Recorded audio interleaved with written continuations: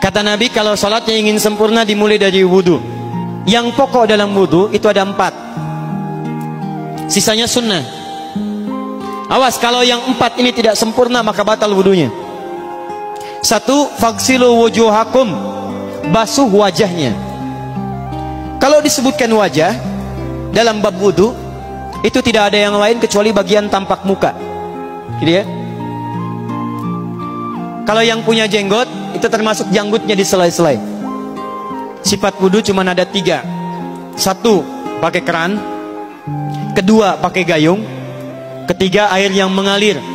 Ya, seperti di sungai ada air mengalir, itu nggak ada masalah.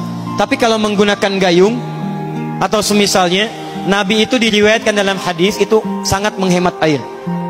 Bahkan pernah beliau kemudian berwudu, kalau kita kemudian hitung, itu hanya sejumlah Pak, seaqua gelas Pak, cukup. Atau yang kedua, menggunakan keran ya. Kalau sekarang kita ada keran, contoh ini kerannya. Ya.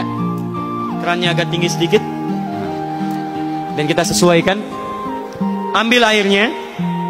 Misal contoh, ghasala. Ghasala itu bukan ditumpahkan, ambil air, tumpahkan di tempat yang akan dibasuh gini. Yang telunjuk itu kemudian menghapus atau menghilangkan kotoran di sela-sela mata, contoh. Yang jempol menghilangkan kotoran di sela-sela telinga bagian belakang di sini. Ya. Kalau misalnya saya mulai ambil airnya, kemudian saya tumpahkan di sini. Yang telunjuk membersihkan di jari-jari di sini, di sela-sela mata. Yang jempol kemudian membersihkan di sela-sela di bawah telinga sini. Kemudian diselesai, selesai. 1. Tahan sebentar ya, ini praktek dulu sebentar. 2. Wa aidiakum ilal marafiq, ini yang sering keliru. Dan tangan sampai siku. Jadi saat kita mengambil air wudhu, ambil airnya, tumpahkan dari sini ilal marafiq sampai ke siku ke sini. Balikan lagi ke depan. Jadi bukan kerannya dibeginikan, sikunya dibeginikan, takut, bukan.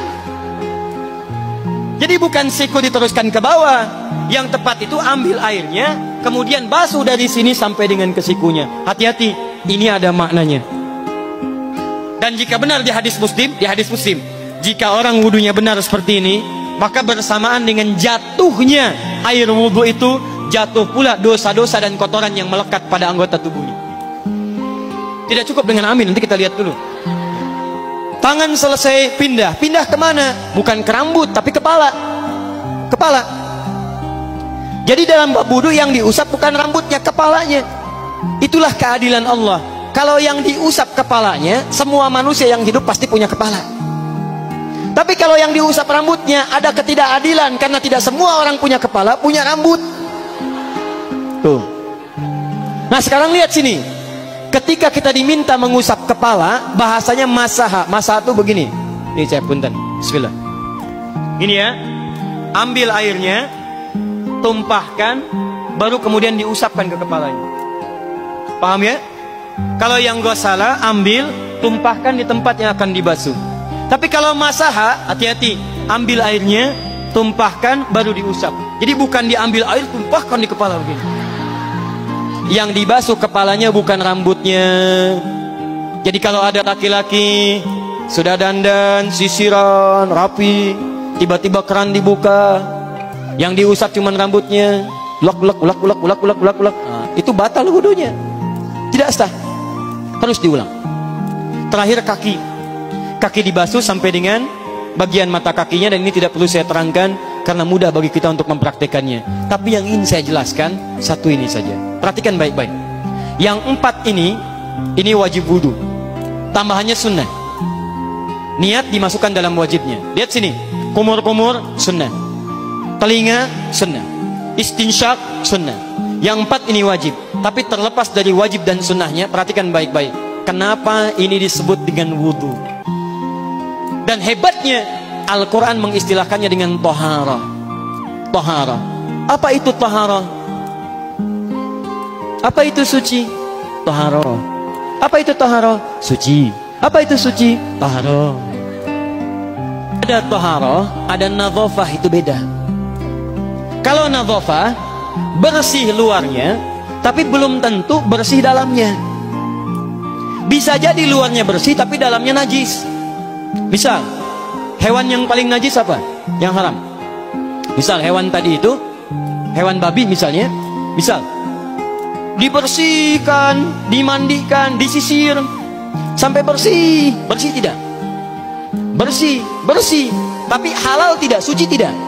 Tidak. Al-khinziru nadhifun walakinnahu ghairu tahir. Babinya bisa bersih tapi tetap tidak halal, tidak suci dia, tetap haram, tetap najis. Paham?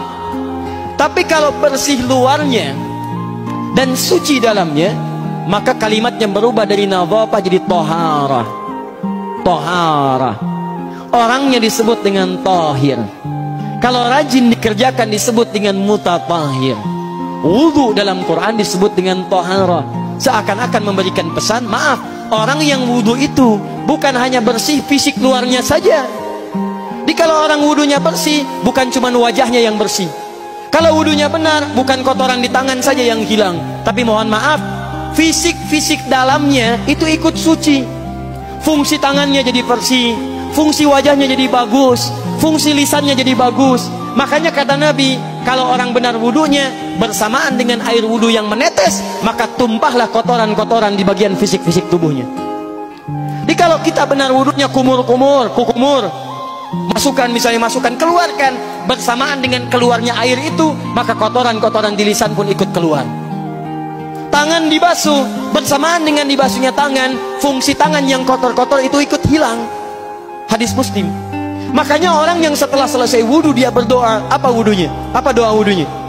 Asyhadu an la ilaha wa asyhadu anna Muhammadan Allahumma minat waj'alni minal, lihat sini, minal mutatahhirin, minat tawabin. Lihat, Bapak Ibu kan baru wudu, tapi kenapa doanya selesai tobat?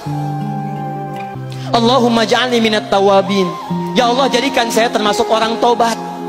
Kita kan baru wudu, kenapa doanya baru selesai tobat? Sedangkan tobat itu mengakui kesalahan, menyesali kesalahan, dan berjanji meninggalkan yang salah, mengganti dengan yang baik-baik. Makanya kalau orang wudunya benar itu, begitu dia kumur-kumur, dia ingat kesalahan apa yang dikerjakan oleh lisan ini. Jadi begitu kemudian ditumpahkan airnya, hilang kotorannya. Maaf, yang suka mencela wudu, selesai wudu tidak akan mencela lagi karena tobat dari celaan. Makanya kalau wudu Anda benar, coba ingat-ingat, siapa korban dari lisan Anda yang tajam itu? Apakah ibu Anda yang pernah menangis karena lisan Anda? Apakah ayah Anda yang kecewa karena kalimat-kalimat Anda? Apakah tetangga Anda yang menjauhi Anda karena kata-kata kotor Anda? Kalau tiap hari Anda wudu, tapi kemudian lisan Anda masih kotor juga, ada yang salah. Anda cuma menghabiskan air untuk menghilangkan kotoran di lisan. Itu tanda pertama. Tangan basuh. Makanya orang yang wudunya benar, tangannya tidak akan berbuat yang kotor lagi sampai ke ujung kakinya. Karena itulah ibadah ini disebut dengan wudu, seakar dengan kata dau. Kata para ulama, mereka sebagian mengatakan dau artinya cahaya, dau artinya sinar, dau artinya al-husnu, baik budi pekerti. Kalau orang benar wudunya, bertambah sinar di tangannya, sinar di wajahnya, sinar di lisannya. Apa sinar itu? Di dunia sinar-sinar amaliyah kebaikan, sifat-sifat baik, di akhirat pancaran-pancaran kemuliaan.